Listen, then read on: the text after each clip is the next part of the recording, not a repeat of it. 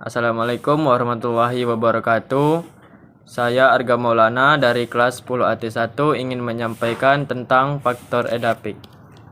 Faktor edapik adalah faktor yang berkaitan dengan sifat-sifat tanah yang memengaruhi pertumbuhan dan perkembangan tanaman.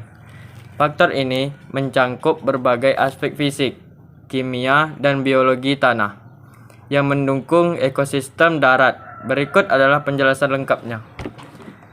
1. Tekstur tanah. Definisi mengacu pada ukuran partikel tanah yang terdiri dari pasir, debu, dan liat. Pengaruhnya, tanah berpasir memiliki pori besar sehingga drainase baik tetapi kemampuan menahan air rendah. Tanah ini memiliki pori kecil sehingga menahan air lebih baik tetapi kurang aerasi. Tekstur ideal untuk petani adalah tanah lempung yang memiliki perbandingan pasir, debu, dan liat yang seimbang. 2. Tekstur tanah. Definisi: cara partikel-partikel tanah antara lain pasir, debu, dan liat bergabung membentuk agregat atau gumpalan. Pengaruhnya: tekstur remah mempermudah pergerakan air, udara, dan akar. Struktur padat menghambat infiltrasi air dan penetrasi akar. 3. Kandungan bahan organik. Bahan organik berasal dari sisa-sisa organisme hidup yang terdekomposisi di dalam tanah.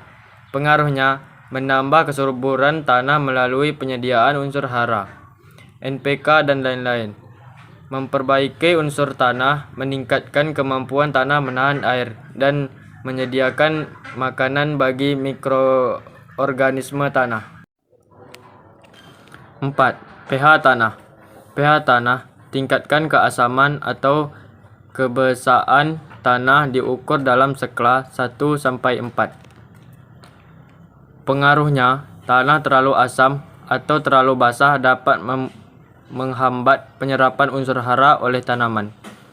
Berbagai tanaman tumbuh optimal pada pH netral 6,5 sampai 7,5. 5. Kapasitas tukar kation KTK.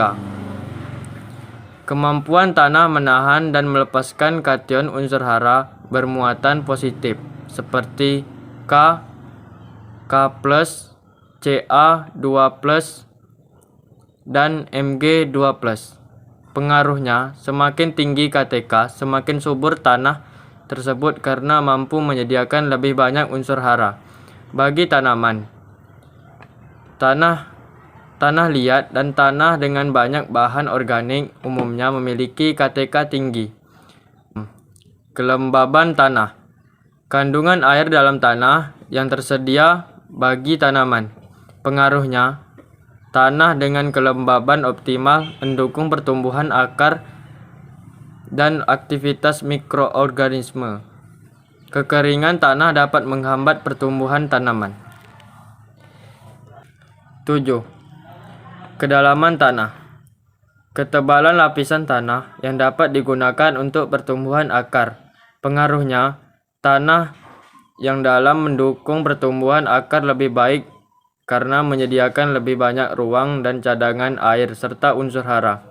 Tanah dangkal membatasi perkembangan akar dan cadangan nutrisi.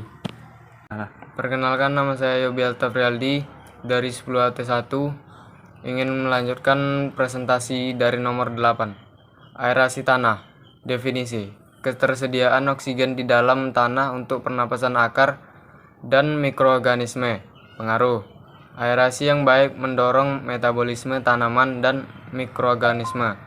Tanaman tergenang atau terlalu padat mengurangi aerasi yang dapat menyebabkan akar membusuk. 9. Drainase tanah. Kemampuan tanah untuk mengalirkan kelebihan air ke lapisan bawah. Pengaruhnya: drainase buruk menyebabkan genangan yang dapat merusak tanaman. Drainase terlalu cepat atau seperti pada tanah berpasir dapat mengurangi ketersediaan air bagi tanaman. 10. Kandungan unsur hara. Definisi: jumlah dan jenis nutrisi yang tersedia di tanah seperti nitrogen, fosfor, kalium, kalsium, magnesium, dan mikroelemen. Pengaruhnya, kekurangan atau kelebihan unsur hara tertentu dapat menghambat pertumbuhan tanaman. Unsur hara yang seimbang diperlukan untuk mendukung kesehatan tanaman. 11. Keberadaan organisme tanah. Definisinya, keberadaan mikroorganisme atau bakteri, fungsi, dan fauna tanah, cacing tanah, serangga. Pengaruhnya, organisme tanah membantu dekomposisi bahan organik, memperbaiki struktur tanah, dan meningkatkan ketersediaan unsur hara. Tanah tanpa aktivitas biologi cenderung tidak subur. 12. Warna tanah. Warna tanah dapat menunjukkan kandungan bahan organik, kadar air, dan jenis mineral. Pengaruhnya, tanah gelap biasanya kaya bahan organik dan subur.